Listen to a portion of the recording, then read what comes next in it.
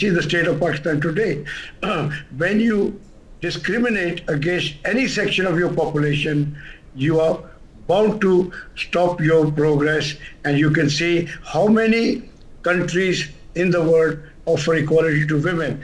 Equality of women, everyone, regardless of race, religion, gender, is enshrined in the Indian Constitution. Therefore, no one can use race or religion card to surge ahead. If they want to surge ahead, they have to rise above the rest on merit. Unfortunately, there are some people, they have no merit except to find a topic to galvanize like-minded people to feel important. India should ignore them. India is a very big, powerful country, economic power, military power, and soft power in the world, exporting doctor, engineer, scientist, teacher, businessmen to the world. India is influencing not one country, but many countries. You just have to see during COVID how much contribution Indian scientists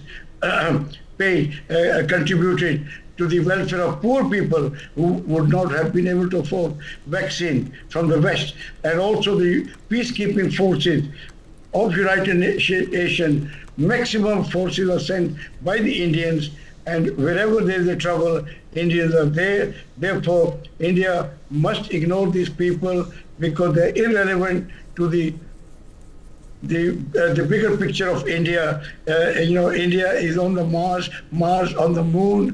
IT industry number one, pharmaceutical number one, film industry number one. You name Indian diaspora is contributing huge amount to wherever they settle. All the blue chip companies are run by Indian. So these guys are just irrelevant, just irritant to India. And we are a very old civilization with culture, with heritage, with history, to be the best in the world, and we are becoming the best. And this is exactly what they want to do, is to divide us so they can replicate the history where one by one they can come, conquer, and exploit us for thousands of years.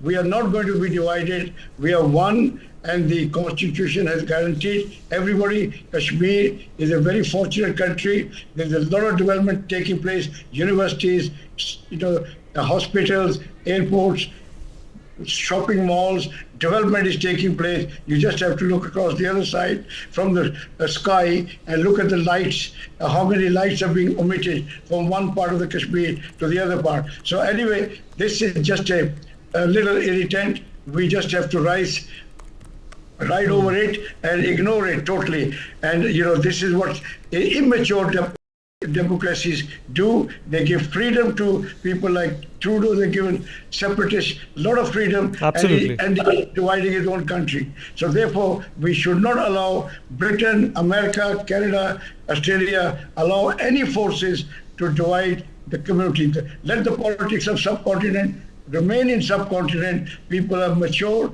People are, there's a very big democracy, the biggest in the world.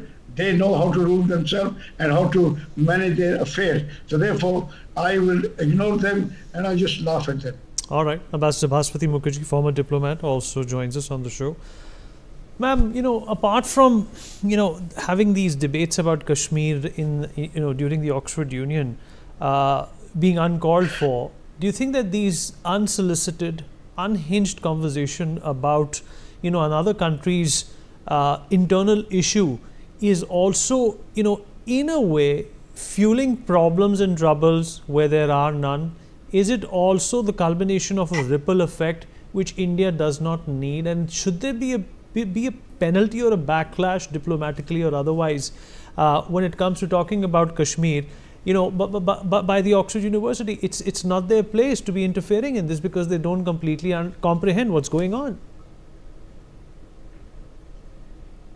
The Oxford University comprehends perfectly what's going on beneath. The Oxford University is one of the pillars of colonialism and apartheid. The Oxford University is the university which has sent so many prime ministers and foreign ministers of UK who have been responsible for the ruthless and terrible exploitation of India's resources at a time when there was no fundamental Bill of Human Rights, no United Nations, etc. It is extremely ironic that the country that came to colonize us then planted the poisoned seeds of communalism so as to divide us forever, as they did elsewhere in the world, including in Africa, should today be discussing an issue which is not only an internal issue, but it's an issue that was created by the colonizer after 1857, when the Brits understood